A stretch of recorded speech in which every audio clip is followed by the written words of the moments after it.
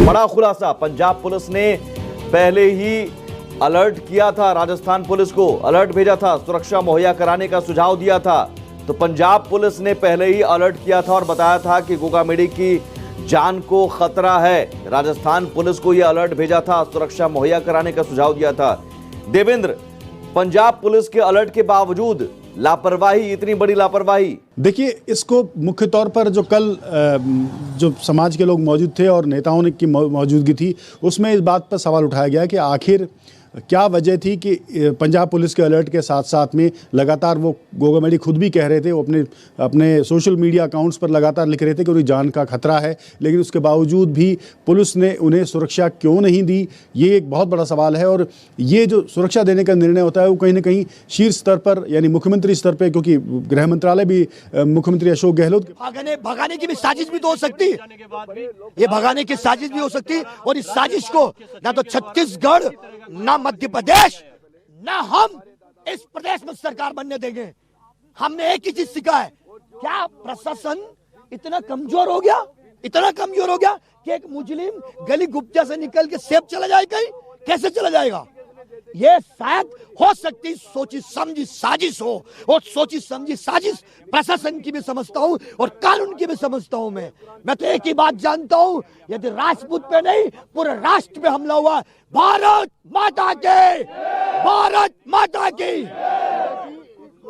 सुरक्षा मांगी गई थी सुखदेव जी ने, हाँ, सुरक्षा नहीं मिली। पिछले 1 साल पहले हम बैठे थे, बैठकर मैंने चर्चा की थी, मीडिया के सामने चर्चा की थी, मीडिया से बात की थी कि भैया हमारे राष्ट्रीय अध्यक्ष को पाकिस्तान से धमकी मिली, हमारे राष्ट्रीय अध्यक्ष को अलग जगह से, अलग स्टेटों से धमकी मिली, और उसके लिए क्या करा, उसके लिए क्या किया, उसके लिए इन्होंने क्या किया, आश्वासन भी नहीं दिया। हमने लिया, हमने पंचायत भी बैठाई, उसमें भी क्या किया इन्होंने, उस सिर्फ आश्वासन दिया, दी नहीं। इनको चुनाव की रोटियां सेकनी थी, तब तो इन्होंने काम करके अपने हिसाब से करी है। मेरी एक ही डिमांड है, जो मुजरिमों से पकड़ा जाए, और मैं तो ये कहूं कि हमारी भाषा में समझा जाए, तलवार का जवाब तलवार और गोली का जवाब गोली से दिया जाए, बस।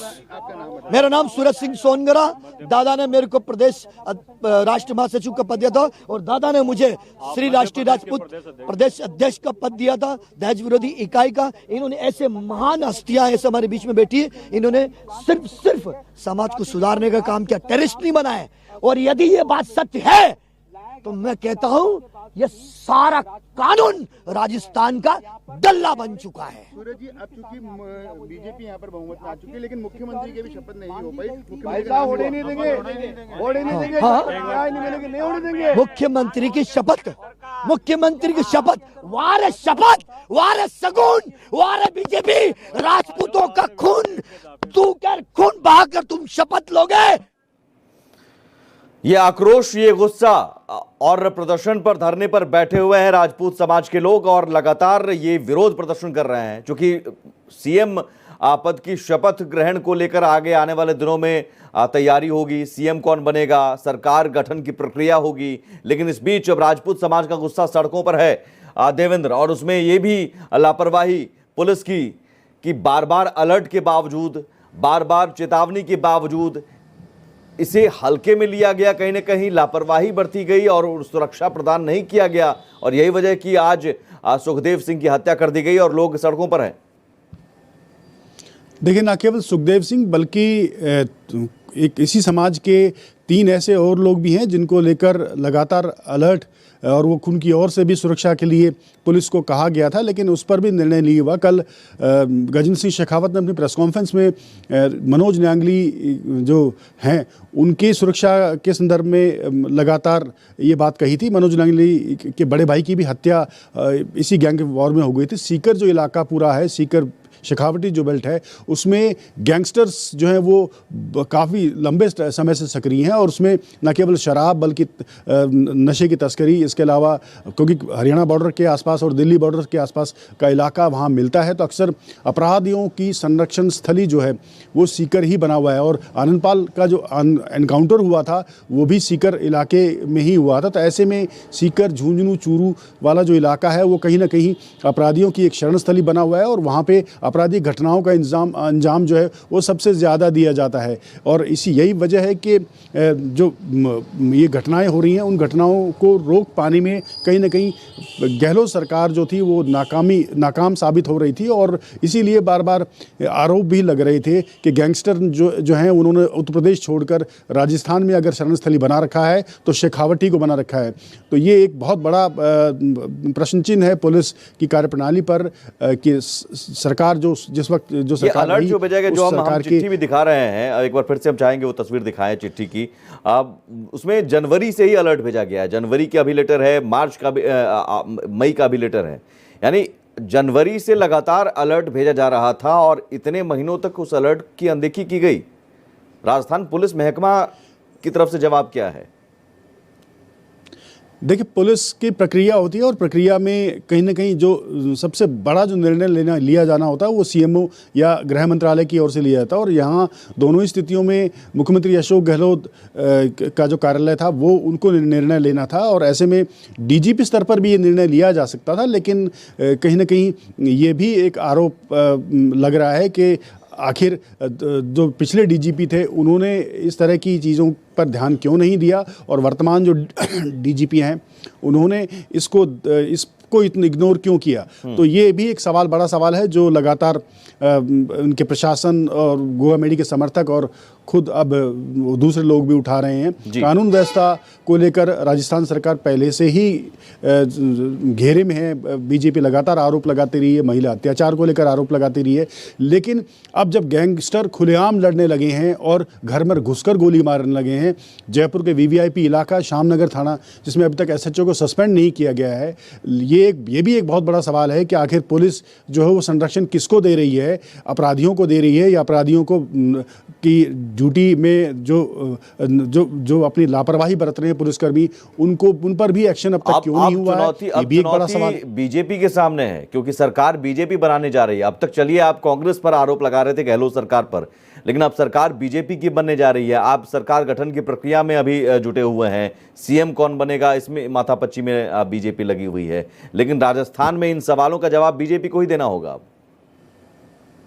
देखिए सुमित, ये एक बहुत टेक्निकल वर्ड है जो, क्योंकि एक तरफ मुख्यमंत्री अशोक गहलोत इस्तीफा दे चुके हैं तो जो संवैधानिक जिम्मेदारियां हैं उनसे वो साफ तौर पर कोई डिसीजन नहीं ले पाएंगे। और ऐसे में इस वक्त जो कानून व्यवस्था की जो स्थिति है वो सीधे तौर पर राज्यपाल के हाथ में आती है और मुख्यमंत्री की शपथ नहीं हुई है। ये हिंदुस्तान की इतिहास में या संभवतः राजस्थान के इतिहास में तो पहला मौका है जो मैं देख पा रहा हूँ कि मुख्यमंत्री ने इस्तीफा दिया और उसके बाद से गवर्नर ने सीधा डीजीपी को फोन किया और पूरे मामले की जानकारी ली है। तो कहीं ना कहीं अब जो कानून का जो राज होना चाहिए वो है इस वक्त, लेकिन उस राज में भी अभियुक्तों को पकड़ने की बात जरूर की जा रही है कि ठीक है हरियाणा से उनकी गिरफ्तारी की बात आ रही है, हालांकि पुलिस ने अब तक पुष्टि नहीं की है।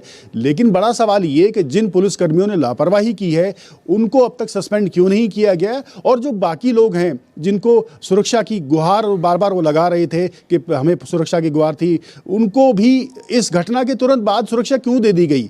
एक और बड़ा सवाल ये है कि चुनाव आचार संहिता की आड़ में कुछ लोगों की ही सुरक्षा जो के हथियार जो थे वो थाने में जमा करवाए गए, जबकि सबके हथियार थाने जमा होने थे। ऐसे में कुछ ये भी सवाल उठ रहे हैं कि ऐसे कुछ लोग जो हैं उनको क्या राजनीतिक संरक्षण प्राप्त था या किसी एक जाति का संरक्षण प्राप्त था, उसको लेकर भी कहीं ना कहीं सवालिया निशान पुलिस पर भी है और पिछली सरकार पर भी है कि आखिर उन्होंने सुरक्षा के लिए जो उनके आवेदन थे उस पर निर्णय क्यों नहीं लिया। देवेंद्र, बीजेपी का रुख क्या है? अब सरकार गठन की कोशिश भी है, सर सीएम कौन बनेगा, शपथ ग्रहण, ये सारी चीज़ें भी हैं, लेकिन ये भी एक नई चुनौती है। अब बीजेपी का रुख क्या है और बीजेपी खेमे में इस चीज़ को लेकर क्या चर्चा है? देखिए, बीजेपी खेमे में इस घटना को लेकर मुख्यमंत्री के चयन के चेहरे को लेकर कहीं ना कहीं आलाकमान को एक बार फिर दोबारा से सोचना होगा कि क्या राजपूत चेहरे को प्राथमिकता दी जाए सीएम के चेहरे में। इस वक्त अगर वसुंधरा राजे, गजेंद्र सिंह, दिया कुमारी और राज्यवर्धन राठौड़ ये राजपूत चेहरे हैं जो साफ तौर पर मुख्यमंत्री के दौड़ में हैं, लेकिन अभी ये जो फॉर्मूला साफ तौर पर कल शाम तक जो सामने आ रहा था, हालांकि उसकी भी पुष्टि नहीं हुई है कि एक मुख्यमंत्री और 2 डिप्टी सीएम जो बनाए जाने की बात हो रही है उसमें एक ब्राह्मण और एक आरक्षित वर्ग से हो सकता है, लेकिन अभी तक उसका कोई फॉर्मूला तय नहीं हुआ है। और ऐसे में आज ऑब्जर्वर की घोषणा के बाद विधायक दल की बैठक का जो तारीख है वो तय हो पाएगी और उस दौरान ही इस पर कोई साफ निर्णय लिया जा सकेगा। लेकिन साफ तौर पर बीजेपी अभी इस पूरी घटना से पल्ला झाड़ रही है और कहीं ना कहीं गहलोत सरकार के जो निर्णय हैं की स्थिति में। देवेंद्र, बहुत शुक्रिया। फिलहाल जरूर पुलिस प्रशासन के सामने बड़ी चुनौती भी है और बड़े सवाल भी है जिनके जवाब देने जरूरी हैं। अलर्ट के बावजूद अलर्ट की अनदेखी क्यों की गई? सुखदेव सिंह गोगामेडी की हत्या के बाद अब ये सवाल राजपूत समाज पूछ रहा है कि आपको जब चेतावनी मिली थी, अलर्ट मिला था, तो फिर आपने इसे हल्के में क्यों लिया? क्यों नहीं सुरक्षा बढ़ाई गई? और समर्थकों का हंगामा, अब आज राजस्थान बंद है और देखिए पुलिस भी उतरी हुई है, फ्लैग मार्च कर रही है, कई जगहों पर नाकेबंदी की गई है, बैरिकेडिंग लगा दी गई है, तो अलर्ट पर है पुलिस प्रशासन। चूंकि राजधानी जयपुर में वीवीआईपी इलाके में घर में घुसकर राजपूत करणी सेना के राष्ट्रीय अध्यक्ष की इस तरह सरेआम हत्या, ये बताता है कि कहीं न कहीं अपराधियों के मनोबल बढ़े हुए थे, वो बेखौफ होकर आए और उनकी हत्या कर चले गए। ज़रूर अभी तक पुष्टि नहीं हुई है अपराधियों की, दोनों शूटर की गिरफ्तारी की, लेकिन सूत्र के मुताबिक दोनों शूटर्स की गिरफ्तारी हो चुकी है हरियाणा से। के प्रतिदिन दुर्घटनाएं घटी है। मैं स्वयं गवाह हूं और सुखदेव गोगामेडी जी सर्व समाज के लिए उपस्थित रहते थे, गौ सेवा के लिए उपस्थित रहते थे और वो गौ सेवा करते हुए, सर्व समाज की सेवा करते हुए सबके चहेते थे और मैं खुद उनके साथ था। उन्होंने सुरक्षा की मांग की थी। उन्होंने कहा था कि मेरे को इस प्रकार का कोई दुर्घटना का भय है और ऐसी कुछ लोगों की योजनाएं हैं, मेरी सेवा को लेकर कुछ लोग मेरे पर किसी प्रकार का कोई कांड मेरे साथ कर दें, ऐसा मुझे लगता है। हमने सबने साथ उनके मांग की थी कि उनको सुरक्षा प्रदान की जाए, लेकिन गहलोत सरकार जिस प्रकार से कन्हैयालाल को जिहादियों ने मारा, कन्हैयालाल ने कहा कि मुझे खतरा है, लेकिन सुनवाई नहीं हुई। तो यही स्थिति हमारे साथ हुई कि सर्व समाज की सेवा में उपस्थित समाज सेवी और एक प्रतिष्ठित व्यक्तित्व और इतनी बड़ी सेना के प्रमुख जिनके साथ ये घटना घटी, उन्होंने पूर्व में बता दिया और जब पूर्व में बता दिया उसके बाद भी उनकी मदद नहीं की गई। यानी गहलोत सरकार राजनीति के चलते, अहंकार के चलते, ये गहलोत सरकार स्वयं इसकी जिम्मेदार है और पूरा जिम्मा गहलोत सरकार का है, क्योंकि आज तक गृह मंत्री, मुख्यमंत्री वही है, उनकी देखरेख में सारा कांड हुआ है। जब वो 1 साल से कहते आ रहे हैं और 3 साल 4 साल पहले भी कहा था उन्होंने, और उनको सुरक्षा दी नहीं गई, तो इसलिए हम लोग गहलोत सरकार स्वयं को दोषी मानते हैं। उनकी वजह से कांड हुआ है। इस प्रकार के माफिया यहाँ पनप रहे हैं और चारों ओर भय का माहौल है। मालवीय नगर में क्लब में घटना घटी, कुछ नहीं हुआ आज तक, और रोज ही घटना यहाँ घटित हो रही है। यूपी की घटनाएं बाबा जी ने बंद कर दी, अब राजस्थान में घटनाओं का कारण स्वयं गहलोत है।